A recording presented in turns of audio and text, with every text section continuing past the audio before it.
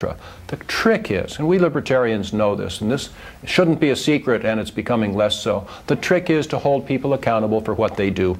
And if you or I or anyone else is going to drive a motor vehicle under the influence of marijuana, cocaine, alcohol, prescription drugs, that's a crime. It puts our safety at risk. And that's the critical issue. We're really good in our criminal justice system when we have a victim, when we have a risk situation like that, of holding people accountable. And the other secret is that the problem users are going to find their way into the criminal justice system regardless.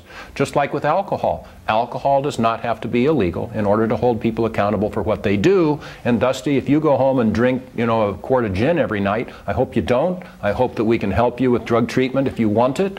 I hope we can educate you and your family away from that sort of thing. But if all you're going to do is go to sleep tonight and wake up with a headache and not drive under the influence, not hit Mark over the head with a pool cue, then that's a medical issue that should not be punished, should not be in the criminal justice system at all. It should be dealt with, but it should not be dealt with in a punitive, in the justice system. Is that what you're saying? Absolutely right. It's not a question of bringing you into the criminal justice system.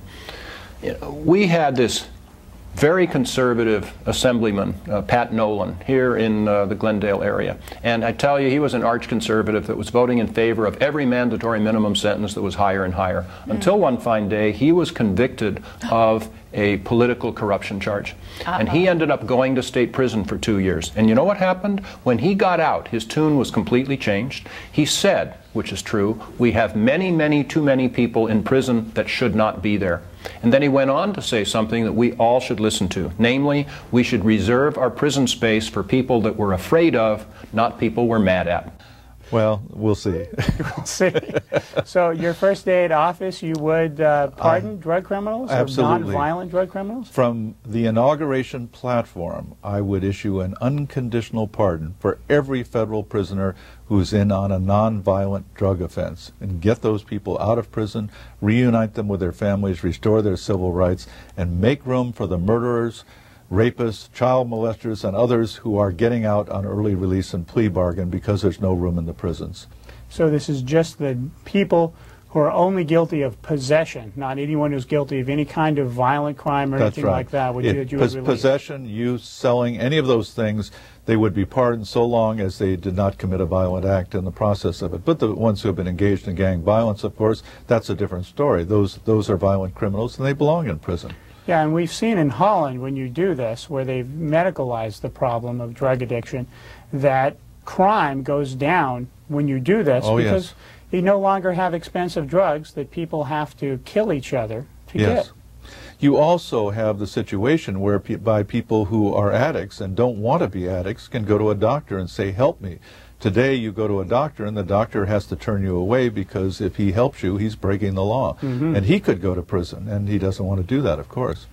Absolutely. So what else would you do on your first day in office if you were elected president, which I certainly hope? Well, there are a lot of things. If you have a president who really has the will and determination to reduce government, he's not helpless, even in the face of a hostile Congress.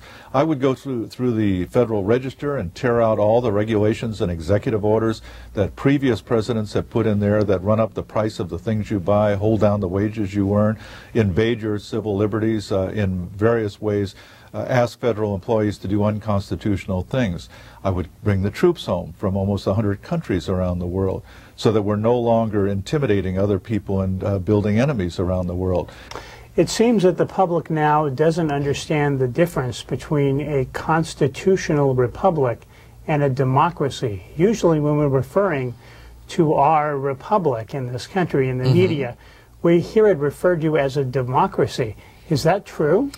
Absolutely not. And it's an unfortunate misunderstanding. The word democracy does not appear a single time in the Declaration of Independence, the Constitution, or the Bill of Rights. Those people who remember the Pledge of Allegiance know that we pledge allegiance to the flag and to the republic for which it stands. And if they want to go to Article 4, Section 4 of the Constitution, they will discover that the Constitution clearly establishes a republic. Republican form of government. So there are elements of a democracy. That's correct. And democracy and a republic are the same because people are allowed to vote. However, in a democracy, people are allowed to vote on anything. And the majority wins and the minority loses. If this were a democracy, I can get 51% of my friends to vote and we can take away your property.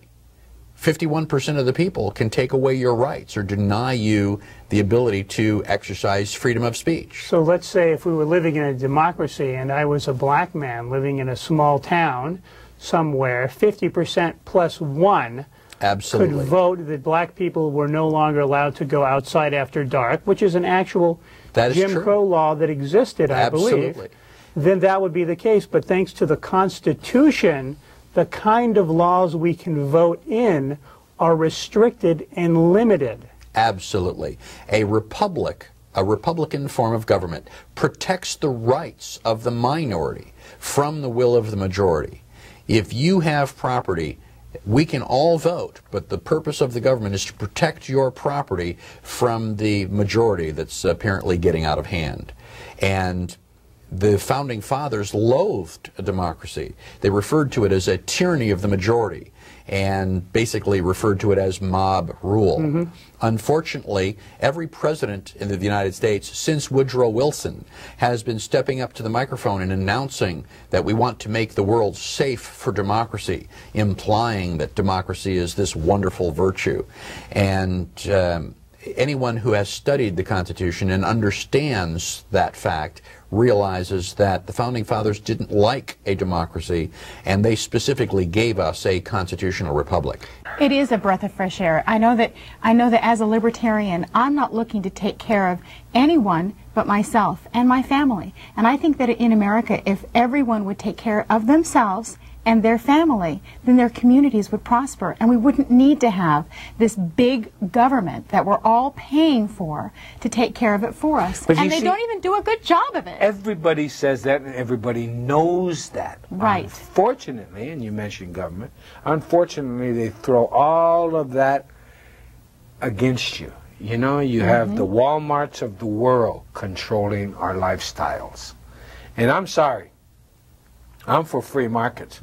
I'm not for controlled markets. Right. That's what we have now. A lot of people out there, when we say we're for capitalism as libertarians, they think that's what we have now. But it's not what we have now. No, we it have isn't. Controlled markets or right-wing socialism. And it comes in the back door. I was just listening to a news report coming up to the studio today that in one of our counties here is making a mandatory minimum wage. They're levitating the minimum wage that these businesses in this community need to pay their people.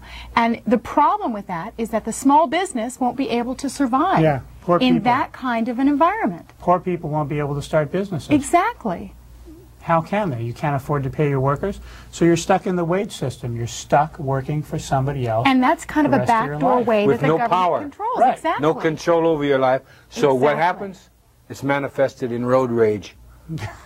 Or spousal abuse. Or child abuse. Or all kinds of or animal abuse. Or some kind of abuse. Self-abuse. Right. The point is this, everyone knows, thanks to the last presidential election, I keep throwing that out, but we know that this country's out of balance, out of kilter, and it is no longer constitutional, and we have to convince the people that they are as important as we are. And I am as important as they are. And I want them to know that, you know.